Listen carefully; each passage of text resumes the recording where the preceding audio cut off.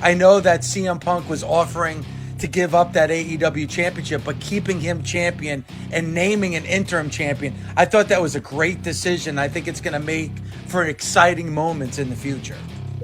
I completely agree. It's based on what happens in real fights, and for me, in the world of fighting, this is what you do. You have a great champion, and if they're injured, you name an interim champion, set up an exciting unification fight, and I think we have a great chance to set something exciting up. I'm sure we can all agree the interim thing was bullshit, right, Tony?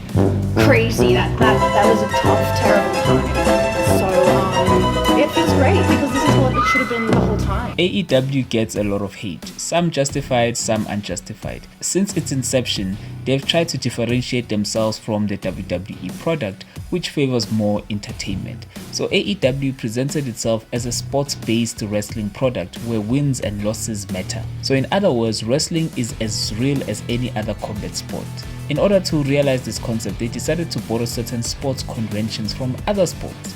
This includes a ranking system and an interim champion. On paper, it probably sounded like a good idea, but in execution, it just didn't make any sense because wrestling is a predetermined sport. So a ranking system based on how many wins and losses a wrestler accumulates makes no sense. This also goes for an interim champion. All it does is devalue a title reign. They eventually saw that none of this made any sense and scrapped them all together. Although they did briefly bring back the ranking system for some reason and then scrapped it again. I want to look at a time when these concepts were highly present in AEW's presentation to see why they did not work at all. The ranking system. In any sports, rankings are used to determine who is the best player or team in said sport. In combat sports like the UFC, rankings are used to determine the next contender for the title. Although this is not strictly followed by the UFC, like when Brock Lesnar jumped straight into a world title match a few months after arriving. But in general, that's how it should work. AEW has a popular tagline, wins and losses matter. So if one wants to challenge for a title, be it the world title, TNT title, international title, or for some reason the FTW title. Yeah, because who in their right mind would build up a winning streak to fight for the FTW championship? Anyways, so in order to challenge, you must be number one on the rankings. The same rules applied to the tag team division and the women's division. I had two problems with the ranking system. Number one, they didn't always follow it, either for storyline reasons or for the fact that you can't have the same people challenging for the belt 1,000 times. So at times a random wrestler would receive a title shot even though they are not ranked high. Also, when a champion loses the belt, they are ranked number one. Like, how are you ranked number one when you just lost the belt? The rules of these rankings were never consistent. The second problem that I had with the ranking system is, why would anyone who is ranked high choose to fight for any other belt than the world title? And yet the mid-card belts were also up for grabs. In the UFC, there is a weight division to determine who can challenge for which belt. In professional wrestling, weight classes are meaningless. So if I'm collecting a great predetermined win streak, I will only want to challenge for the top belt and not for any mid-card belt. You would have to be an idiot to challenge for a TNT championship. Like that one time when Austin Theory won Money in the Bank and chose to cash it in on a mid-card belt that was up for grabs in an open challenge.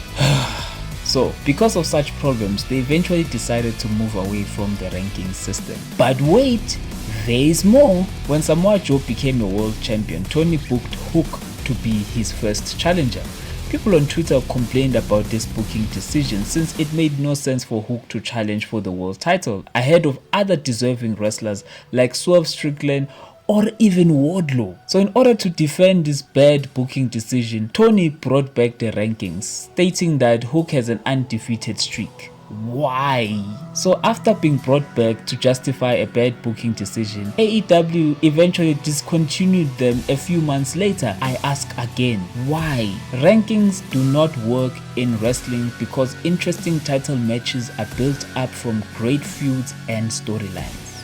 The interim champion. Oh no, I'd probably rank it in my top 5 worst AEW ideas. The concept of an interim champion is once a world champion is unable to defend their belt, usually due to injury, 2 top wrestlers will fight it out to crown a new interim champion. Once the real champion recovers and comes back, they then fight with the interim champion to determine a new world champion. The questions that fans were rightfully asking was, does an interim title reign count as a title reign, or does it only count if the interim can beat the real world champion? This is confusing, especially in wrestling, where the rule of thumb is to strip the title from the injured wrestler and crown an official new champion. Wrestling injuries are unpredictable, so if a champion is injured for over a year, it means that you are not an official champion until the real champion comes back. Tony Khan eventually came to his senses and shut this thing down because both wrestlers and fans were critical of the interim belts. It was just an unnecessary system that was devaluing great title reigns. I do commend AEW for trying something different with their presentation, just like TNA did with their 6-sided ring. But at the end of the day,